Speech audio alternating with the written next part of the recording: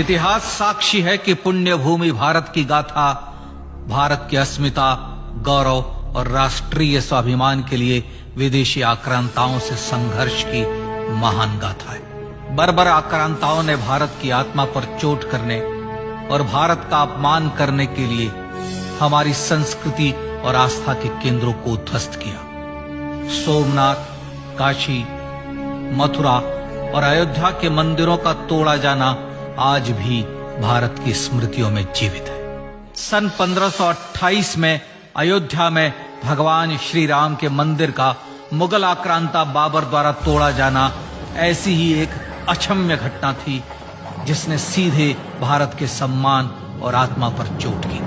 कारण साफ था, अयोध्या के श्री राम के मंदिर पर आक्रमण भारत की आत्मा पर आक्रमण था। जहां हर भारतीय के रोम रोम में राम बसते हैं, वह भारत यह अपमान कैसे सहता। राम मंदिर पर आक्रमण भारत को आहत कर गया था। विदेशी हमलावर अपनी बर्बरता दिखाते गए और भारत अपने आत्म गौरव को फिर से पाने के लिए संघर्ष करता रहा। भारत रामलला के जन्म स्थान पर बाबर के नाम पर बने एक ढांचे को देखता और उसे हटाने का संकल्प लेकर शक्ति संजोया करता। हिंदू समाज आत्मसम्मान के रण में डटा रहा और लगातार हमलावरों द्वारा बनाए गए बाबरी ढांचे को हटाने के लिए लड़ता रहा। सरयू कई बार रक्त से लाल हुई।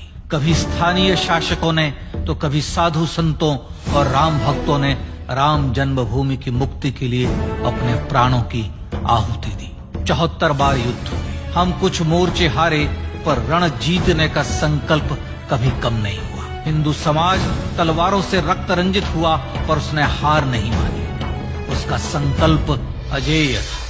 15 अगस्त 1947 को देश की आजादी के साथ सैकड़ों सालों से चले आ रहे इस संघर्ष में नई ऊर्जा और एक नया मोड़ आया। अचानक 23 दिसंबर 1949 को बाबरी ढांचे में श्री राम लला प्रकट हुए। हजारों राम भक्त दर्शन के लिए उमड़ पड़े। तत्कालीन प्रधानमंत्री पंडित जवाहरलाल नेहरू ने उत्तर प्रदेश सरकार को श्री राम लला को विवादित ढांचे से हटाने का आदेश दिया।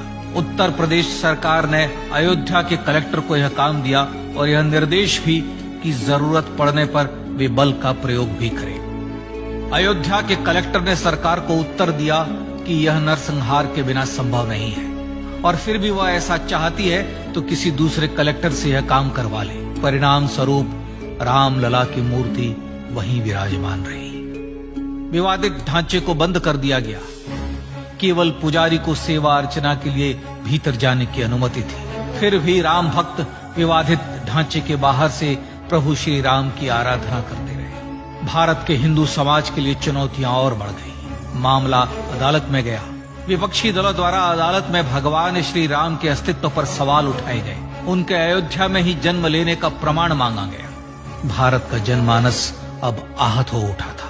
आजाद भारत में भी हिंदू समाज को अपनी आस्था और श्रद्धा के लिए संघर्ष करना पड़ रहा था। चुनौतियों के इस समय में सन 1984 में विज्ञान भवन दिल्ली में विश्व हिंदू परिषद ने धर्म संसद का आयोजन किया।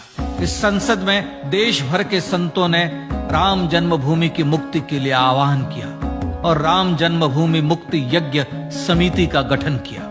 धर्म संसद ने राम जन्मभूमि की मुक्ति और वहां भगवान श्री राम के भव्य मंदिर बनाने के भारत के जनमानस के संकल्प को फिर से दोहराया। विश्व हिंदू परिषद के नेतृत्व में मंदिर निर्माण के लिए पूरे देश में अभूतपूर्व आंदोलन की शुरुआत हुई। श्री राम जन्मस्थली मुक्ति यज्ञ समिति के साथ देश भर में राम जानकी की रथ यात्राएं निकली। राम लीलाओं में राम कथा के माध्यम से भारत का आम जन फिर से जुटा। अब सबके मन में एक ही प्रण था, एक ही लक्ष्य था। अयोध्या में जन्मभूमि पर भगवान श्री राम के भव्य मंदिर का निर्माण। सन 1989 में विश्व हिंदू परिषद द्वारा गांव-गांव से रामशिला पूजन करके अयोध्या भेजी गई। 2,75,000 गांवों से रामशिलाएं अयोध्या पहुंची। भव्य राम मंदिर के शिलान्यास का निर्णय हुआ। पूज्य संत महात्माओं और हिंदू समाज के अन्य प्रमुख नेताओं के निर्णय के अनुसार अनुसूचित जाति के प्रमुख नेता श्री कामेश्वर चौपाल ने 9 नवंबर 1989 को मंदिर निर्माण का पहला पत्थर रखा। राम जन्मभूमि पर मंदिर निर्माण के लक्ष्य की पूर्ति के लिए सन 1990 में सोमनाथ से अयोध्या के लिए श्री लाल कृष्ण आडवाणी ने रथ यात्रा की शुरुआत की। देश में जन भावनाओं का ज्वार उमड़ने लगा। श्री लाल कृष्ण आडवाणी के रथ यात्रा के साथ साथ मंदिर के लिए जन समर्थन बढ़ने लगा और छद्म सेकुलरवाद बेनकाब होने लगा।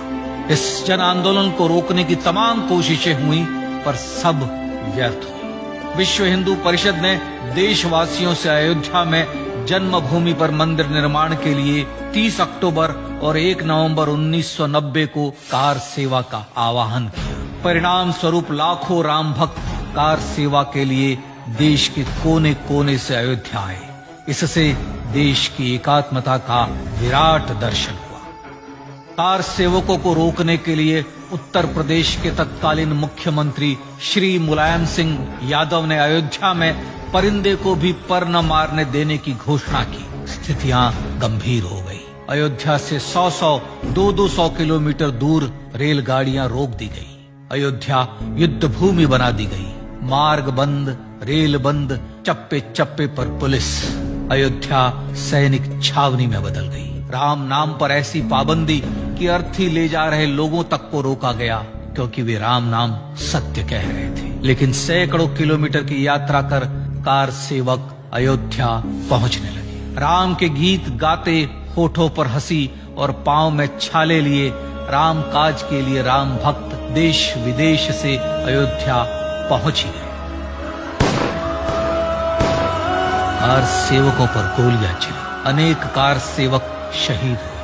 आजाद भारत में जन्मभूमि पर राम मंदिर के लिए कार सेवकों ने फिर एक बार अपना बलिदान दिया, पर कार सेवकों ने विवादित ढांचे पर भगवा फहरा ही दिया और इस तरह कार सेवा सफल हुई। श्री राम जन्मभूमि आंदोलन ने भारत की सुप्त आत्मा को झकझोर कर जगा दिया था। विश्व हिंदू परिषद ने फिर एक बार 6 दिसंबर 1992 को कार सेवा का आह्वान किया। राम भक्तों को कार सेवा करने देने के लिए अदालत में प्रार्थना की गई, पर अदालत ने कोई निर्णय नहीं दिया। परिणाम स्वरूप बौद्ध, जैन, सिख, स्वामीनारायण संप्रदाय, गायत्री परिवार, हर पंथ मत विचार के हिंदू एकत्र हो गए। छूत अछूत का भेद मिटा, जाति की पहचान मिटी। हम सब हिंदू, हम सब सिंधु बन गए। राम सिंधु में ज्वार उठा और देखते ही देखते 6 दिसंबर 1992 को श्री राम जन्मभूमि से बाबरी ढांचा सदा के लिए हट गया।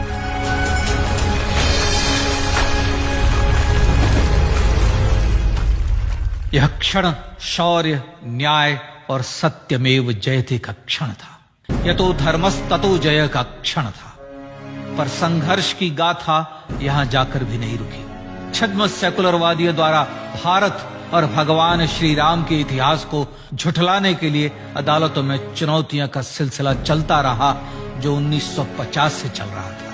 हिंदू सिखों के बीच से गुजरते हुए भगवान श्री राम का दर्शन करने के लिए विवश थे। यह स्थिति थी आजाद भारत में श्री राम और राम भक्तों की। पर सत्य को तो जीतना ही था। आखिरकार देश के सर्वोच्च न्यायालय के 5 जजों की खंडपीठ ने 9 नवंबर 2019 को ऐतिहासिक निर्णय दिया और यह कहा कि अयोध्या जन्मभूमि परिसर की पूरी 67 एकड़ भूमि रामलला की। और न्यायालय ने भारत सरकार को जन्मभूमि पर मंदिर बनाने के लिए एक ट्रस्ट बनाने का आदेश दिया। सर्वोच्च न्यायालय के आदेश के अनुसार भारत सरकार ने 5 फरवरी 2020 को श्री राम जन्मभूमि तीर्थ क्षेत्र नाम के ट्रस्ट का गठन किया और राम जन्मभूमि न्यास की भूमि जो सरकार द्वारा अधिग्रहित की गई थी, उसे ही नवनिर्मित न्यास को वापस दे दिया गया। 5 अगस्त 2020 को भारत के प्रधानमंत्री श्री नरेंद्र मोदी ने श्री राम जन्मभूमि तीर्थ क्षेत्र के अध्यक्ष पूज्य महंत नृत्य गोपाल दास, राष्ट्रीय स्वयंसेवक संघ के पूज्य सरसंघ चालक डॉक्टर मोहन भागवत एवं उत्तर प्रदेश के मुख्यमंत्री श्री योगी आदित्यनाथ की उपस्थिति में श्री राम जन्मभूमि पर भगवान श्री राम के भव्य मंदिर के लिए भूमि पूजन कर निर्माण कार्य का शुभारंभ किया। इस तरह लगभग 500 वर्षों से राम जन्मभूमि की मुक्ति के संघर्ष का पटाक्षेप हुआ। अपने आत्मसम्मान और राष्ट्रीय अस्मिता के लिए इतना लंबा संघर्ष विश्व के इतिहास में बेजोड़ है। श्री राम भारत की आत्मा, भारत की परिभाषा, हमारे राष्ट्रीय आदर्शों और जीवन मूल्यों के प्रतिनिधि मर्यादा पुरुषोत्तम हैं, जो हर हिंदू के होठों पर जन्म से मृत्यु तक रहे। बस यही हर हृदय में प्रार्थना होती है। राम भारतीय राष्ट्रीय स्वाभिमान और आसेतु हिमालय से समुद्र पर्यंत तक जन जन को एकात्मता के बंधन में बांधने वाले रक्षा सूत्र है। अयोध्या स्थित श्री राम जन्मभूमि पर बाबर का हमला वास्तव में भारत के स्वाभिमान और राष्ट्रीयता पर हमला था। प्रधानमंत्री श्री नरेंद्र मोदी द्वारा श्री राम जन्मभूमि पर राम मंदिर का पुनः निर्माण न केवल बाबरी मानसिकता का पराभव है, बल्कि संपन्न, सुखी, सुसंस्कृत, सर्वशक्ति संपन्न स्वराष्ट्र का सूर्योदय भी है। यह उस राम राज्य की दिशा में वह कदम है जिसकी अभिलाषा राज राजेंद्र चोल, कृष्णदेव राय, छत्रपति शिवाजी महाराज से लेकर महात्मा गांधी तक ने की थी।